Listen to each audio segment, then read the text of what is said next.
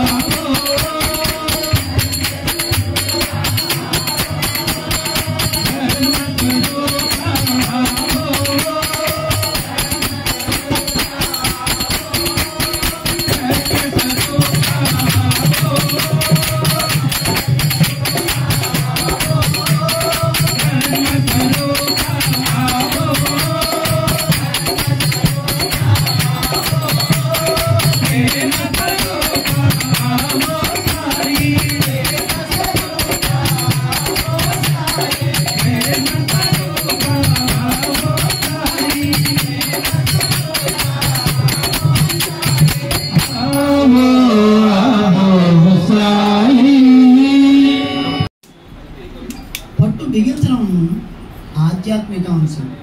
అప్పుడే మీరు భగవంతుడికి అనుబంధం ఏర్పడుతుంది. స్వామి చెప్తున్నారు ఇక్కడ రెండు విషయాలు జాగ్రత్తగా పట్టు విడుపు అన్నారు. ఏది పట్టుకోవాలి, ఏది వదిలేయాలి, ఇవాళ భక్తుడికి తెలియవలసినటువంటి విషయం అని చెప్పేసి ఇవాళ చాలామంది తెలిసి పట్టుకోకూడనటువంటి అంశాల మీద పట్టుకుని పట్టు బిగించవలసినటువంటి ఆధ్యాత్మిక వైపు తగ్గించుకోవడం వల్లనే భగవంతుడిని మనం మెప్పించలేకపోతున్నాము. స్వామిని మెప్పించాలి అనేటువంటిదే కదా మనకు అందరి తాలూకా తాపత్రయం. ఎందుకు? తద్వారా మనము పరిణతి పొందాలి. స్వామి చెప్పినటువంటి విషయం ఏంటంటే అసలు భక్తుడు అనేటువంటి వాడు తయారవ్వాలంటే ఆధ్యాత్మిక వైపు రావాలి. ఇవాళ గురిశెట్టి అనురాధ గారి తాలూకా నిజంగా భక్తి వైపు ఆమె అడుగు వేసింది.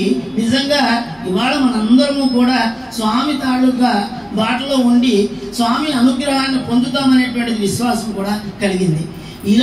ఇదే విధంగా సమాజం అంతా రావాలి అని స్వామి తాలూకా తపన. అయితే ఇప్పుడు వస్తున్నదా లేదా అనేటువంటిది మనమే ప్రశ్నించుకోవాలి. ఎందుకంటే మనస్సు, జిహ్వ, ఇంద్రియాలు ఈ మూడు మనల్ని ఆపేస్తున్నాయి అంటున్నారు స్వామి. మన మనసు చెబుతూ ఉంటుంది కానీ వినం. మన జీవ లాగేస్తూ ఉంటుంది, పరిగెడతాము. ఇంద్రియాలు మరి చెప్పక్కర్లేదు, మనల్ని అడ్డుకట్ట వేస్తూ ముందుకి నడిపించకుండా ఏవైతే పట్టుకోకూడదో అవే పట్టుకుంటున్నాం. స్వామి చెప్తున్నారు. మరి ఒక భక్తుడు తయారయ్యాడంటే సమాజానికి ఎంతో ఉపకారం. ఏ విధంగా? ఎందుకంటే ఎప్పుడైతే తన తాలూకా పరిస్థితి భక్తి వైపు మారిందో ఆయన ఏం చేస్తాడు? సత్యాన్ని పలుకుతూ ఉంటాడు. సత్యం పలకడమే కాకుండా ధర్మాన్ని ఆచరిస్తూ ఉంటాడు. ఎప్పుడైతే సత్య ధర్మాన్ని ఆచరించాడో ఆయన అందరికీ ప్రేమని పంచుతూ ఉంటాడు. ఈ ప్రేమ పంచిన వెంటనే హింసకి దూరంగా ఉండేటట్టుగా కదా అర్థం. ఎప్పుడైతే ఈ నాలుగింటిని ఆయన ఆక్రమించుకున్నాడో శాంతి కలుగుతుంది. ఎవరికి? ఆ వ్యక్తికి, సమాజానికి. స్వామి చెప్తున్నారు. ఎంత చక్కగా చూడండి. స్వామి చెప్పినటువంటి సత్య, ధర్మ, శాంతి, ప్రేమ, అహింస అనేటువంటిది ఎవరి ద్వారా వస్తుంది అంటే భక్తుడి ద్వారా వస్తుంది. స్వామి చెప్తున్నారు. మరి అటువంటి భక్తుడు ఇవాళ స్వామి ఆవేదన ఎందుకు? ఏది పట్టుకోవాలి ఏది పట్టుకోకూడదని స్వామి ఎందుకు చెప్తున్నారు అంటే ఇక్కడ మనం ఏంటంటే ఈ మనసు, జిహ్వ, ఇంద్రియాలు ఈ వీటికి లొంగిపోతున్నాము. యువత పాడవుతున్నది. ఈ ఇంద్రియాలకి లోనయ్యి యువత ఆధ్యాత్మిక వైపుకు రావడం లేదు. స్వామి తపన అందుకోసమే బాల వికాసాన్ని పెట్టి బాల్యం నుంచే పిల్లల్ని ఏమొచ్చి, ఎందుకంటే మొక్కే వంగనది మానే వంగున అని పెద్దవాళ్ళు అయిన తర్వాత ఒరే బాబు రా నాన్న భజనకి వెళ్దాం అని అంటే వాడి సమాధానం మనం వినకూడదు, అవి మనం అడగకూడదు ఈ రోజుల్లో. ఎందుకంటే అందుకోసమే మనం చిన్న పిల్లల దగ్గర నుంచే బాల వికాసంలో మనం చేర్పిస్తున్నాం. చేర్పించిన వెంటనే స్వామి ఏమి చెప్తున్నారు? ఎన్నో హితబోధలు. ఎందుకంటే సమాజానికి వాటి వల్ల శాంతి కలగాలి, కానీ ఇవాళ సమాజానికి యువత వల్ల అశాంతి కలుగుతున్నది అంటున్నారు స్వామి. మరి ఆ యువత వల్ల అశాంతి కలగకుండా ఉండాలి అంటే మనం మంచి మార్గం వైపు వెళ్ళాలి. ఇంద్రియాలని అరికట్టగలిగేటువంటి శక్తిని పొందాలి, నియంత్రించేటువంటిది రావాలి. ఎక్కడుంది మనకి నియంత్రణ? మనకేమిటంటే ఇవాళ ఒక భజన కార్యక్రమం ఉంది అంటే ఏమండి భజనకి ఏం చెప్పమంటారండి? సంసారం, లంపటం, మరి ఇంక ఈ కుటుంబం వ్యవహారం మీకు తెలియంది ఏముంది? నాకు నిజంగా రావాలనే ఉందండి భజనలకి, చక్కగా రాగలుగుతాను, కానీ నేను రాలేకపోతున్నాను. నిజంగా ఇవన్నీ పెట్టుకున్నది ఎవరండి? ఈ పట్టుకున్నది ఎవరు? మనమే. కుటుంబం గురించి మనం పట్టుకున్నది ఎవరు? మనమే. కానీ స్వామి ఏంటంటున్నారు? కుటుంబాలు ఉన్న వాళ్ళందరూ కూడా భజనలు మానుకుంటున్నారా? వస్తున్నారే. కాబట్టి ఏంటంటే ఆ కుంటి సాకులు వద్దు అంటున్నారు స్వామి. ఎందుకంటే కుటుంబం ఉంది, నాకు సమస్యలు ఉన్నాయి, నాకు బాధ్యతలు ఉన్నాయి, ఇవేవి మీకు అడ్డవు. ఒక్క నిమిషం ఎందుకంటే కేంద్రీకరించండి, స్వామి గురించి ఆలోచించండి. ఎందుకు స్వామి చెప్తున్నారు? ఆయనకి ఏదైనా మనం ఇస్తున్నామా? ఇప్పుడు మనం పెట్టేటువంటి పదార్థాలు ఆయనకి ఏమైనా ఇది కావాలన్నా మనమే తింటున్నాం. ఎందుకంటే స్వామి అనుగ్రహంతో మనము. మరి అటువంటి అనుగ్రహం పొందాలంటే మనం ఏం చేయాలి? స్వామి చెప్తున్నారు. ఎందుకంటే ఏ విధంగా లోనైపోతున్నారంటే ఓ చిన్న దీంతో ఉదాహరణతో చెప్తున్నారు. ఇప్పుడు మనకి అడవుల్లో వాటిల్లో నేను కోతులను పట్టడానికి అటవీ శాఖ అధికారులు ఏం చేస్తారంటే చాలా మెడ సన్నంగా ఉండేటువంటి కూజాలు, మెడ సన్నంగా ఉంటాయి, ఆ కూజాల్లో వచ్చి పల్లీలు వేస్తారు. ఇది నిత్యం జరుగుతున్నటువంటి ఆ పల్లీలు వేసి వాళ్ళు ఆరు బయట పెడతారు ఈ కోతుల్ని పట్టుకోవడానికి అనమాట. ఎక్కడైతే కోతులు వీరవిహారం చేస్తూ ఉంటాయి ఆ కోతులు ఏం చేస్తాయంటే అవి చెయ్యిని లోపలికి పెడతాయి. పెట్టిన తర్వాత ఆ పల్లీలు పట్టుకుంటుంది, పిడికి అవుతుంది. పిడికి అయిన తర్వాత అది తీద్దామంటే రాదు. ఈ పూజ బరువు పెడతారు, ఎక్కువగా కొంచెం బరువు అయినటువంటిది చూస్తుంది. ఎందుకంటే ఇది దీనికి ఆశ, అది వదిలేదు. అది వదిలేస్తే ఖచ్చితంగా చెయ్యి పైకి వచ్చేస్తుంది, దానికి తెలుసు, కానీ వదలదు. ఎందుకంటే ఆశ అక్కడ ఆ గింజలను పట్టుకోవాలి. పట్టుకుని పైకి లేపుదామని చూస్తూ ఉంటుంది, రాదు, చెయ్యి రాదు. ఎందుకంటే మనం గాజులు వేసేవాడు చూడండి చక్కగా ఎలా చేస్తూ ఉంటాడని, చెయ్యిని ఇలాగ జాగ్రత్తగా పెడితే కానీ ఆ గాజు ఎక్కదు. కానీ మనం ఏం గాజు వాడు వచ్చిన వెంటనే ఇలా పెట్టి కూర్చున్నాం అనుకోండి, వాడు వేయగలడా? వెయ్యలేదు. సో కోతి ఇక్కడ ఏం చేస్తుందంటే తన తాలూకా పద్ధతి మాత్రం మార్చుకోదు. ఎందుకంటే పైకి తీసి మనం ఏం వెళ్ళిపోదాం అనుకోదు. ఖచ్చితంగా ఈ పిడికిడితో ఆ పల్లీలన్నింటినీ పట్టుకుని లాగీగలను అనుకునేటువంటిది. అక్కడ అర్థం ఏంటంటే స్వామి చెప్తున్నటువంటిది ఈ కోతిలాగా ఈ పల్లీలు అనేటువంటి మీ అరిషడ్ వర్గాలకి నువ్వేమొచ్చి లోన్ అవుతున్నావు. నీకు తెలుసు నువ్వు పైకి వచ్చేస్తే, ఈ చెయ్యి పైకి వస్తే నువ్వు తప్పుకుంటావు, ముప్పు నుంచి తప్పుకుంటావు. నువ్వెవరో ఆ అధికారులకు ఏమొచ్చి నువ్వు పట్టుబడవు. ఇక్కడ కోతి. కానీ ఇక్కడ సమాజంలో ఏంటంటే మనిషి ఏ విధంగా లొంగిపోతున్నాడంటే ఈ దుర్వ్యసనం.